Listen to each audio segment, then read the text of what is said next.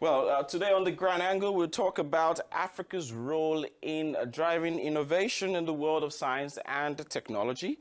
And with us in the studio now is Rudy Lenda Massamba, founder of the website of kumatu.com and writer of the book Debunking Myths Around African Talent. Good morning, Rudy, and welcome to the program. You speak English, and it just appears that you are perfectly made for the morning call program. Thank you for inviting me. Okay. But it seems that today I will be speaking in English. Oh, excellent, That's excellent. Great choice anyway. for us. Bonjour. And welcome to the studio. Yeah, go ahead. You can, No, you go ahead. Okay, thank you. So please, could you give us a background of science and technology in Africa? Has Africa played any significant role in science and technology? Thank you, Jerry. This is a vast question. But let us just remember that Africa is the cradle of humanity, and that Africans are the first people on Earth who actually started counting, measuring, and quantifying things.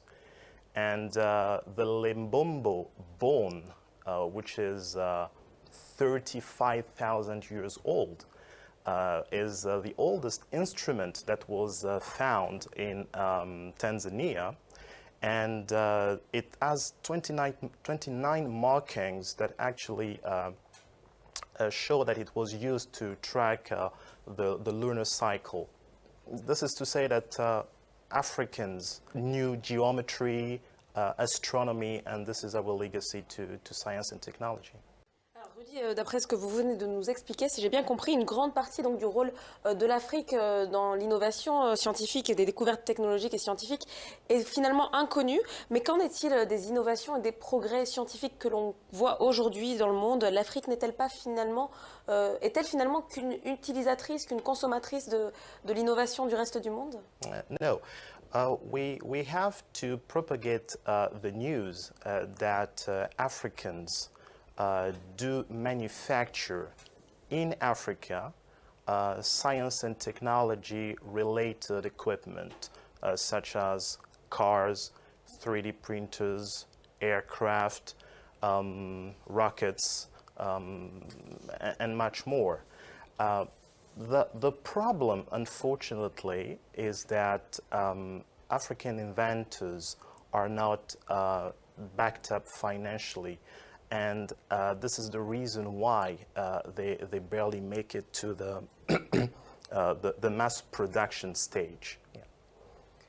You say this is the reason why they barely make it to the mass production stage. Well, from your book, Debunking Myths Around African Talent, this is your book here, here with us. You say that Africa has talent, and that you also talk about its mineral resources being used for software development and other manufacturing purposes. Could you tell us more about this?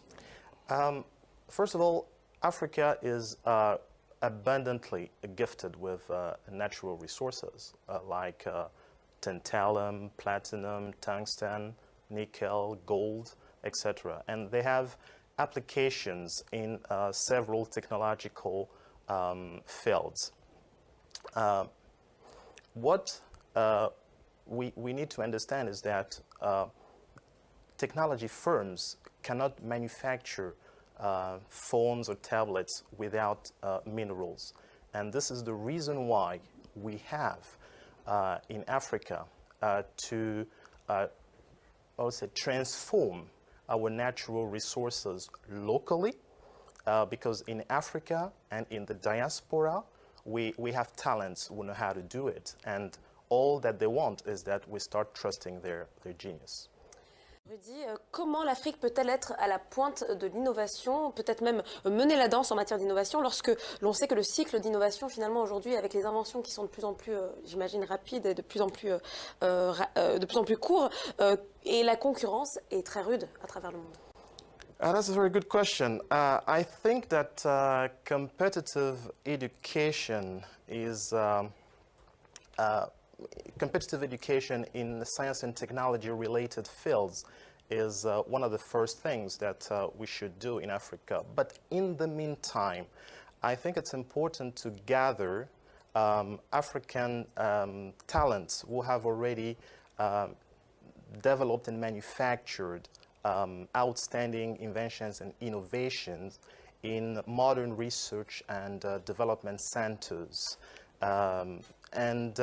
With proper funding, it will then be possible to mass produce their inventions, but in assembly lines manufactured by Africans and in Africa, so as to limit the importation of capital goods. Beaucoup, Rudy, pour tous ces éclairages, pour vos informations, parce qu'on apprend beaucoup de choses finalement. Et alors, je rappelle le nom de votre livre, Debunking Myths Around African Talent, donc le livre de Rudy, Lenda Massamba. Voilà.